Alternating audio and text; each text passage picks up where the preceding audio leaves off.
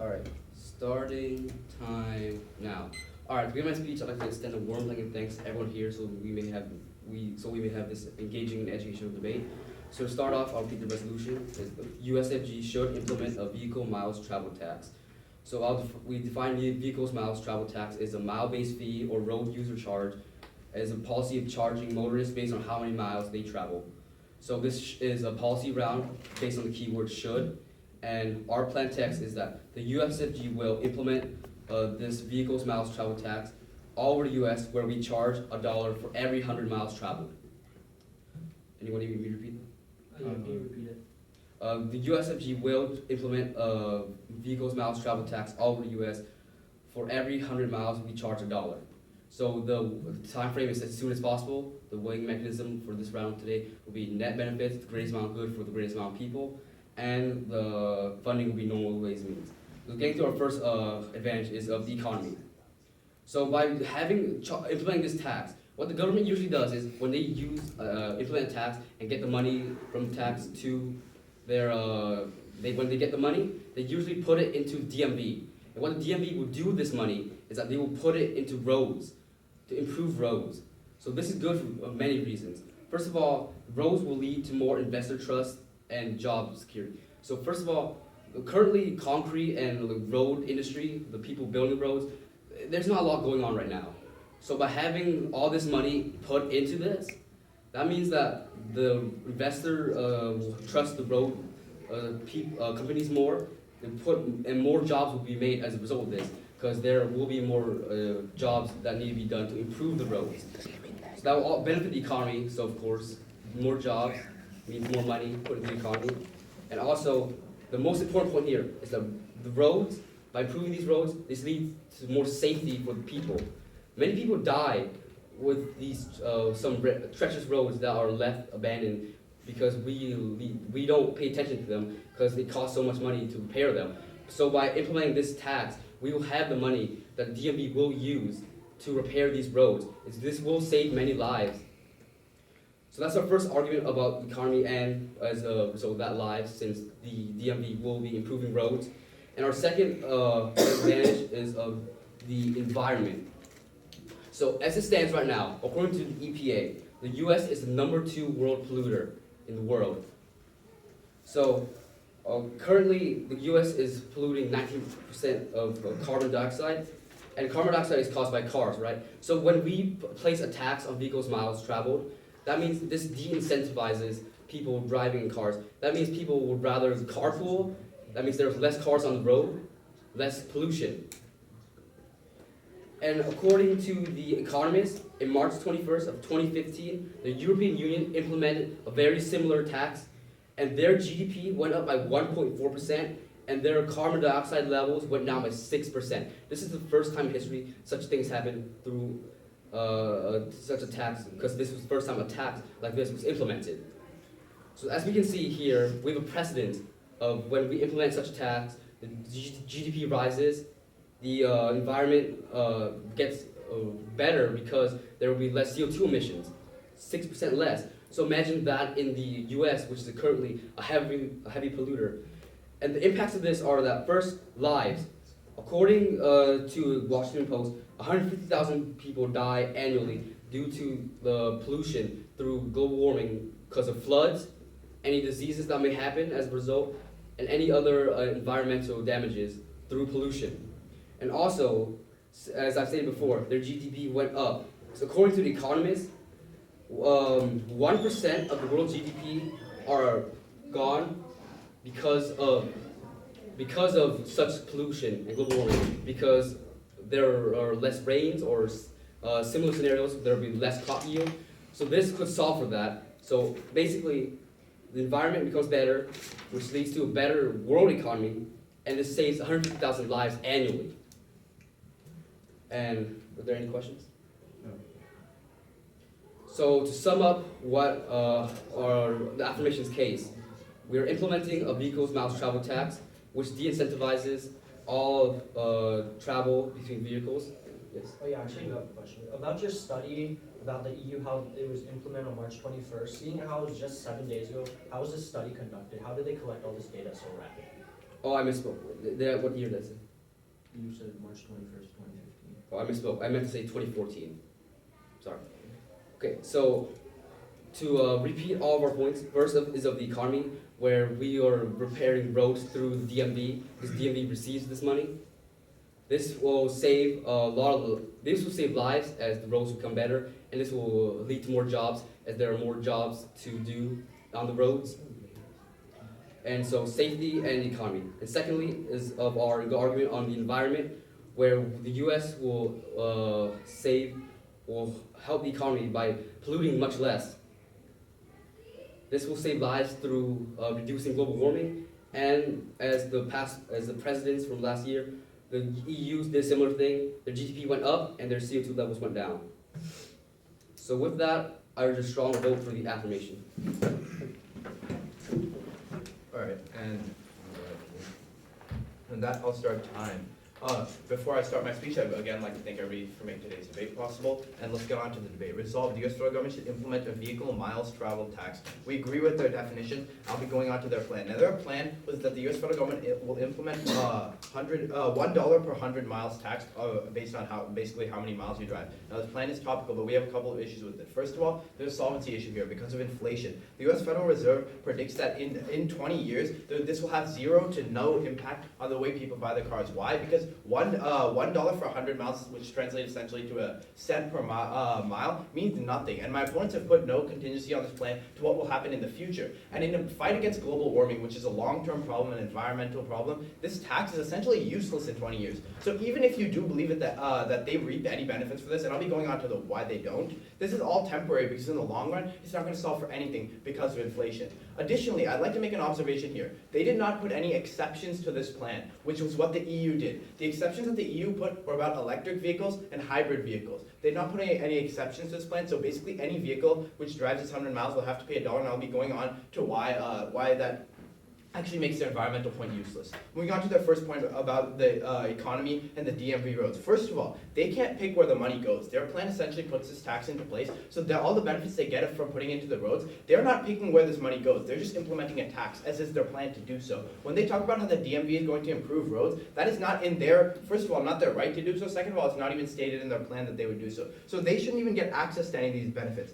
Additionally, our economics detriments outweigh. The economist estimates a 1% drop in GDP because of manufacturing decrease in the United States. Because truckers can't transport goods from one location to another, these factories essentially can't transport goods and stuff like that. Because of that, there's going to be a decrease 1% in GDP. Additionally, there'll be a net job loss. They talk about the jobs that'll be gained from building roads. The issue with this, first of all, they can't do that. Second, because they don't get to choose where the money goes into. Second of all, they talk about a job increase. We talk about the net decrease. We talk about on a holistic scale. The same Economist articles talks about since these truck drivers will lose their jobs, this leads to a net job decrease. So if you can see the GDP going down and a net job decrease, and in addition they don't get access to any of these points about safer roads, it takes out their lives and their economic benefits. Moving on to their contention. Their second contention was about the environment, and they talk about how first of all, there was some statistic about 19% of carbon dioxide. First of all, the large majority of this comes from factories, so they don't get a lot of this access to solving carbon dioxide emissions because they're only reducing cars.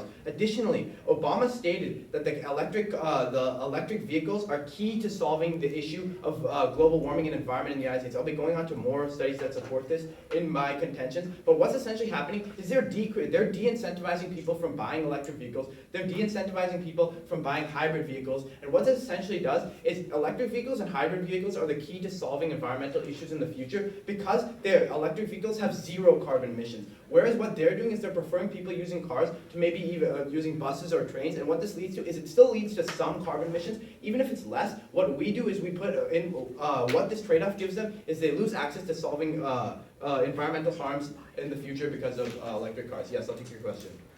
Oh wait, so how does our plan de-incentivize buying electric and hybrid vehicles? Because in your plan, as I pointed out in my observation, there's not a contingency on electric vehicles. So if I have an electric vehicle and I drive 100 miles, what it's essentially saying is I still have to pay that tax. So what this does is de-incentivize people from using or buying electric vehicles, which are key to solving global warming because trains and buses and all still use oil. Moving on to their second thing about the EU. When they talk about the European Union GDP going up and carbon emissions going down, the EU put restrictions on this, and this is a key point. The EU's restrictions had to do with electric vehicles and hybrid vehicles. And the issue with this is that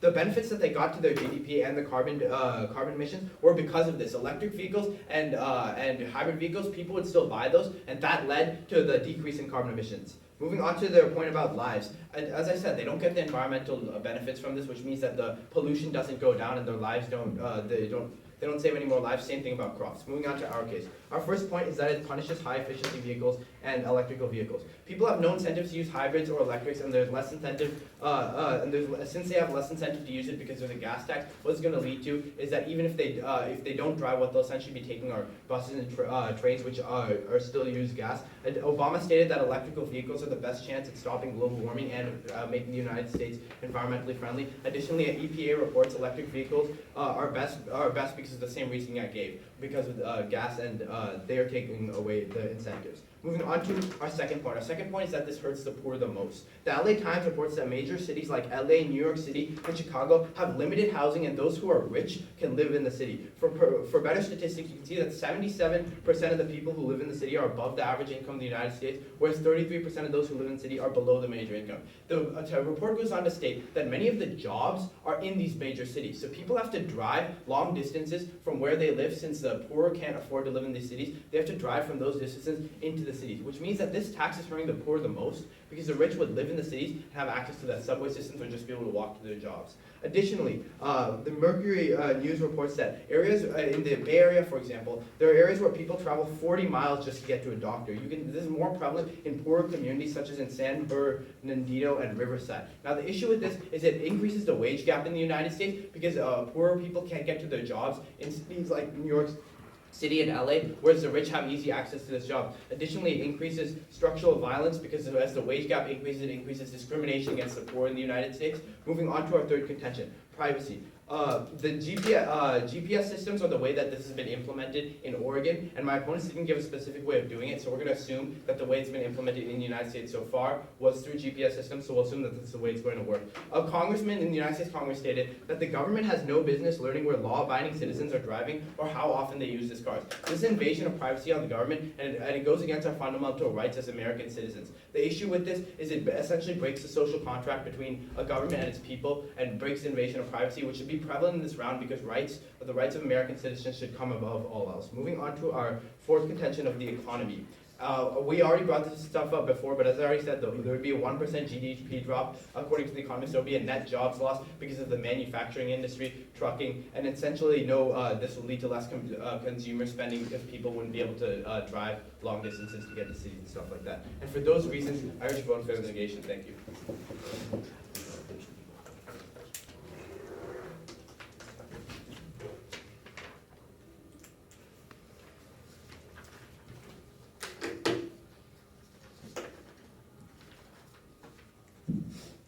Alright, so for a brief off-time roadmap, I'll first be addressing my own case, strengthening it, and I'll be addressing the opponent's case.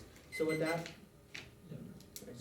I'll start the time. So our plan text is as follows. The USFG will implement the vehicle miles travel tax for $1 for every 100 miles travel time frame ASAP, weighing mechanism, net benefits. I've already seen this. So now I'm going to go over the solvency issue and the fact of inflation, and there's zero to no impact, and it means nothing. So first of all, there are 254 million cars in the US alone. So I'm not sure how this has no impact whatsoever on the economic issue when there are this many cars in this country alone. So there are a lot of people who have these cars. So I'm not sure how the solvency issue in terms of money and how it's completely useless in impact is not applicable in terms of solvency. And they have also said that it's useless in 20 years. I'm not sure they have not said specifically how this is going to be useless in 20 years, because people are still going to have these cars in 20 years. It's not like in 20 years there aren't going to be any cars anymore. We're still going to have these cars, and this tax will still be in place. So now, we're also looking at, in response to most of our contentions, a de-incentivization, like, people don't want to buy electric and hybrid cars anymore. However, people buy electric and hybrid cars to improve the environment. They don't necessarily buy it to save money, because in most cases, the best electric and hybrid cars are far more expensive than those that are standard and on gasoline. So we can see from this that their incentive is not necessarily just to save money in that instance, but it's actually to help the environment. So the de-incentivization for not buying electric cars because of the vehicle's miles travel tax is not applicable in this situation. So in response to our second contention of environment, they stated that the large majority of pollution is coming from factories, not from cars. However, there are 254 million cars there in the US alone. Are there 254 million factories? We know how many cars there are, but we don't know how many factories, and we can safely assume that there are less factories than there are cars. Alright, so now our second, in addition to this, they also stated about carpool, less cars. They stated about buying electric vehicles and hybrids, you don't have any incentive to do so. I've already stated how people buy this to improve the environment, not necessarily to only save money. So we can see from this is this actually strengthening our environment case in terms of how much pollution we are going to reduce, because when people, they're going to be driving more electric cars. So now, moving on to their case for contention 1, it punishes high efficiency vehicles such as electric and hybrid cars, and how electric cars are the best chance at stopping global warming. However, the vehicle's miles tax is not going to deter people from buying electric cars. Electric cars are always, they're going to be there. They buy them to save money. And electric cars, they have two options. They can either run on gas, or they can, and same with hybrid cars. Hybrid cars run on both. So you're still buying gas at the same time. You're still traveling all of that distance. So I'm not sure how this is going to tie in with, I'm not sure how this first contention about punishes high efficiency vehicle can work out. So the second contention is that limited housing. 77%, as they said, 77% are in the city. These are wealthy people. 33% are below the average line, and most poor people drive to the city. They say they're around 40 miles per doctor. However, let's look at the round trip here. 40 miles to the hospital, 40 miles back. That's 80 miles. We're not even seeing the $1 tax rate. The $1 tax is every 100 miles. So actually, how many times are you going to be driving this 100 miles? Are you really going to live 100 miles from the city? Are you really going to live 100 miles from where you work? You're probably not going to be doing that. At most, maybe 50 to 60 miles. So now moving on to the third contention, data privacy, and how GPS systems are going to be in place in Oregon. I'd like to point out that this Oregon system is going to be implemented July 1st. There's some additional evidence there. So now the GPS systems, it's saying it invades privacy, breaks the social contract. However, a lot of cars already have GPS technology. So if it's not unique, if they would be violating their privacy anyway. So it doesn't really tie into the vehicle's miles travel tax. Moreover, people buy GPS full knowing that satellites will be able to track them, because that's how GPS works. It's global positioning system. So, and moving on to the fourth contention, how there's an overall net job loss because of this tax, in terms of truck drivers, and I think people who work on the roads and drive there. So I'm not sure, there is no net job loss whatsoever, because as we have stated, when the DMV puts in more money into the highway fund, we are going to see more jobs. So, and they've also pointed out how we can't pick where it's going to go. However, past precedent dictates that in toll taxes, that toll tax goes to improving roads and improving motor-related things. So we can safely assume that the money collected from the vehicle's mile tax will go to the DMV, and the DMV's main goal is to make roads safe. To add on some further evidence, Washington Post in 2015, over 22,000 accidents occurred because of road-based problems. According to The Guardian, it is the second most common problem in motor-related incidents, right behind driving under the influence. According to Stanford, it is a passing problem. So the impact here, further the impact, we are still saving more lives because of less accidents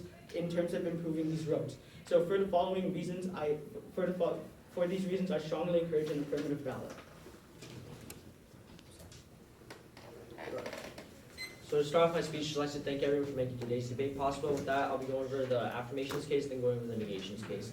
So let's start with our plan text. Our plan text is basically $1 for every 100 miles traveled. My partner came up here and basically refuted this by saying, because of inflation in 20 years, it's going to have no impact. The refutation with this is saying that, there's so many cars in America, 250 million cars, that this is still going to have an impact. But they don't understand the solvency press here, is that because of inflation, what this means is that in 20 years, 1 penny in 20 years is going to be 1/10 of a penny now, which really means that this is essentially going to be nothing. So they're misconstrued our argument here. So really see that this solvency press still stands today, because in 20 years, for the long-term impacts, nothing's going to happen, because the amount of money is just so minuscule that everyone's just going to keep driving because they won't care about this minuscule amount.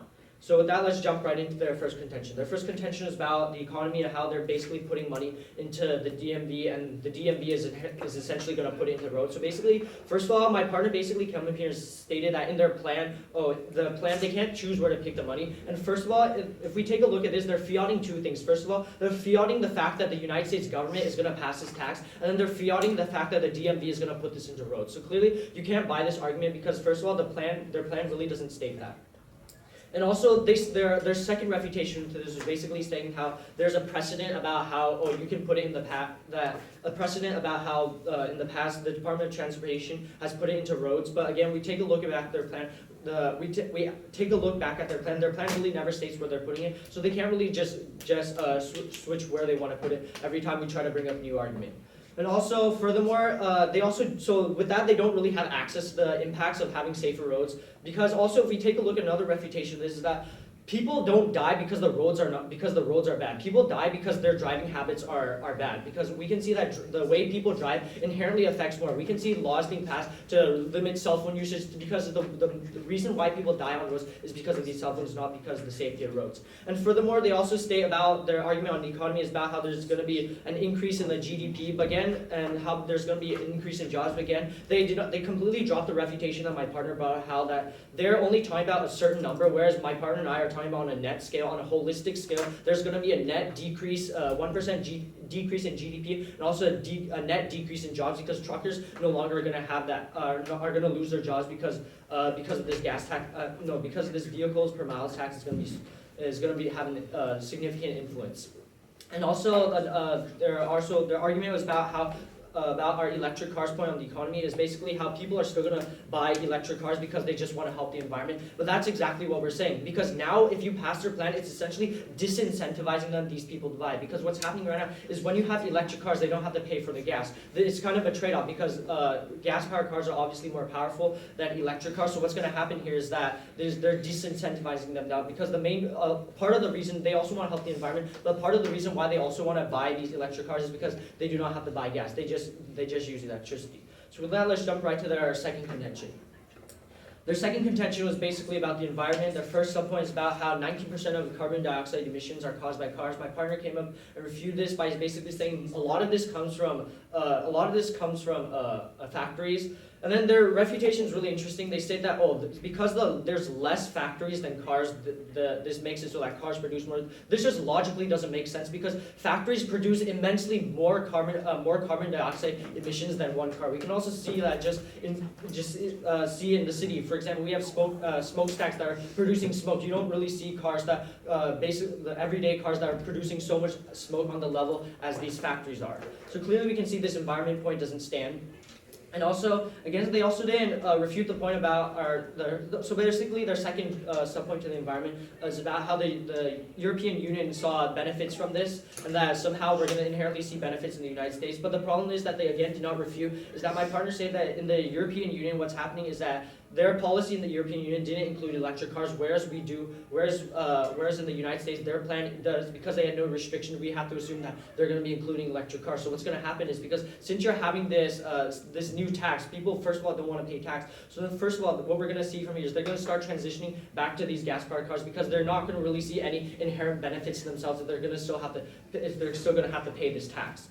And then so also again, their less crop yield really doesn't make sense here, because what's going to happen is that, they don't have access to their lifespan as well. So let's jump right into the negations case. So our first argument is about how there's going to be less incentives. Basically, this cross-apply this to their case. Basically, they refute this by saying this won't deter electric car users. In fact, this does deter, because the main reason why they bought these electric cars is because they don't have to pay for the gas tax when they buy gasoline. So we can see that our first contention still stands. Our second contention is basically about it hurts the poor the most, because people that work in LA and Chicago, the poor people, often have to live very far and drive extremely long distances to the cities to work. And they basically stated how the people probably don't live so far, and that that we're basically making this up. This logically doesn't make sense because this is a prevalent problem in society, because they also didn't refute the point about there's going to be an increase in the wage gap, which causes structural violence and discrimination of the poor, because they themselves, by talking about how they seem to know that where these people live, well, we've given you concrete evidence.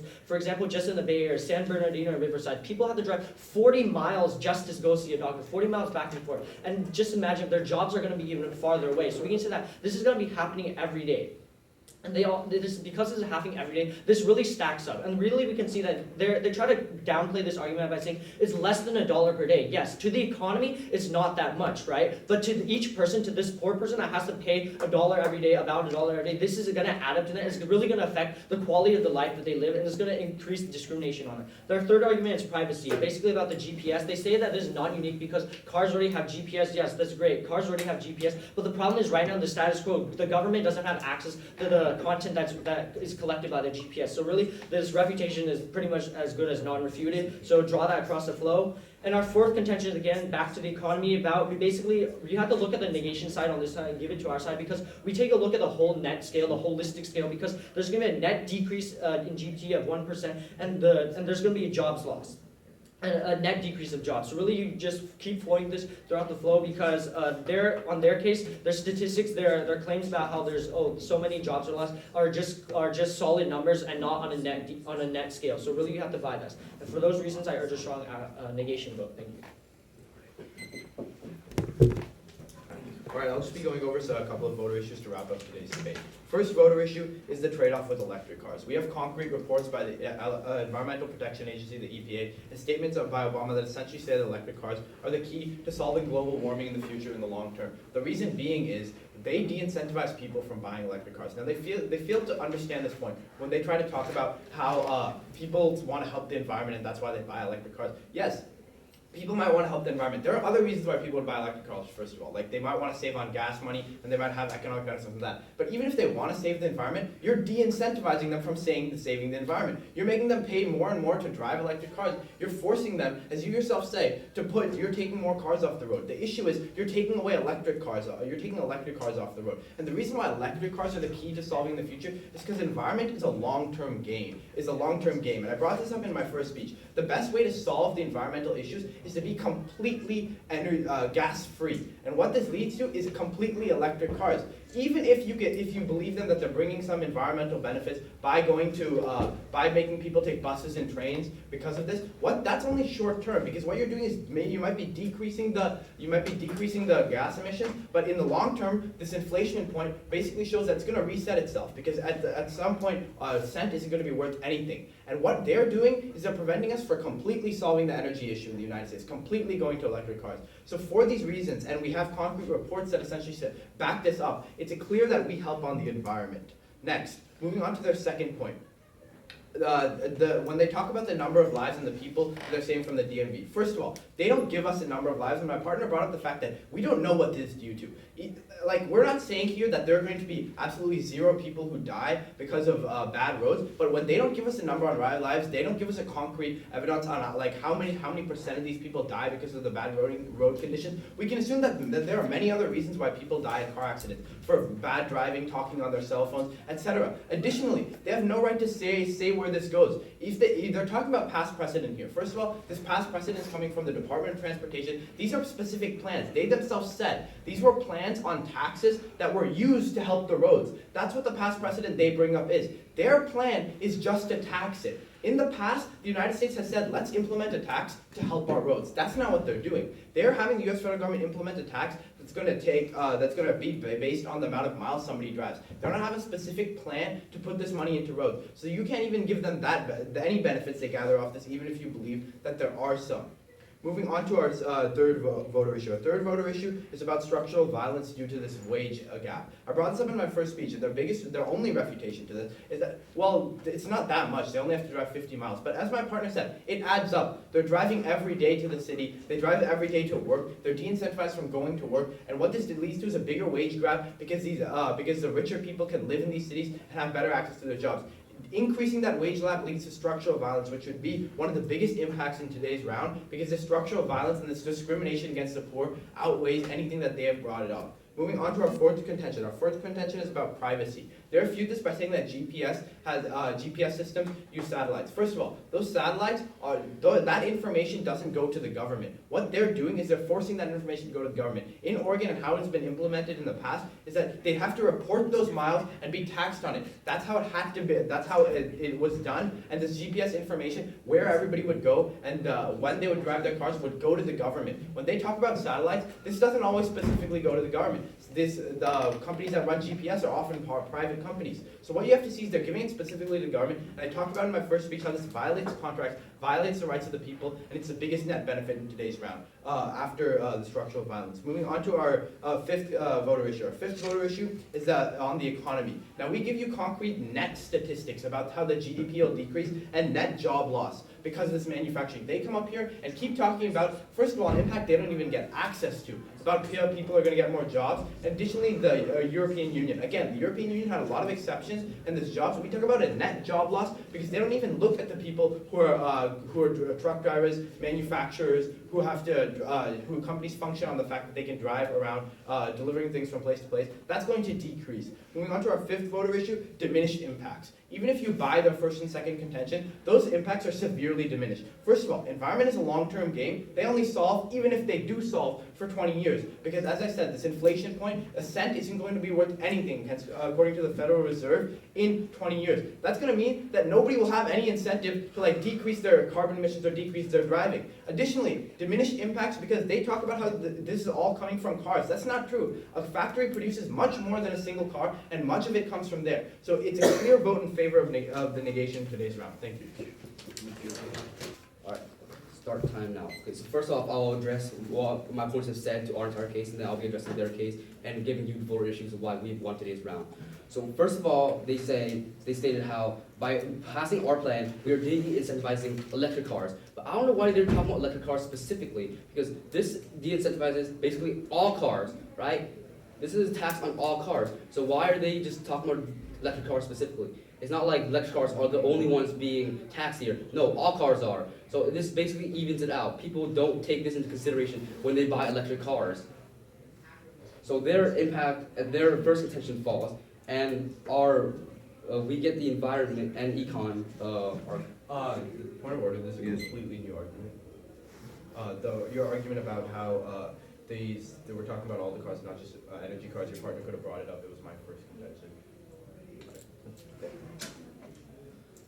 So secondly, their point on how we can't say how the money goes to DMV. So my partner stated there is a past precedent. So basically, whenever the Department of Transportation gets any money from taxes from that, the default goes into DMV. All the money that they get, they defaultly put it into DMV. If the government tells them to put it elsewhere, they will, but the default is DMV. So the DMV will be getting the money, and they will be improving the roads. We have access to our econ argument because of that. And my opponents have said that we haven't stated how lives will be lost, like we haven't given a statistic. However, that's completely untrue. My partners come up here and state that the Guardian says that the road, people die on the road through road problems, the second most out of all accidents. 22,000 accidents happen because of the road. So we have stated a statistic, and this does happen. So we're basically saving lives, which is the greatest net benefit here. By improving these roads, lives will be saved. And their second, in our second contention about the environment, they still stated how the factories produce more. So that doesn't matter. We're still solving here because this is still de-incentivizing cars in general. That means gas, there will still be less pollution. Even though they won't be solving for the factories, we are still solving for cars. This doesn't mean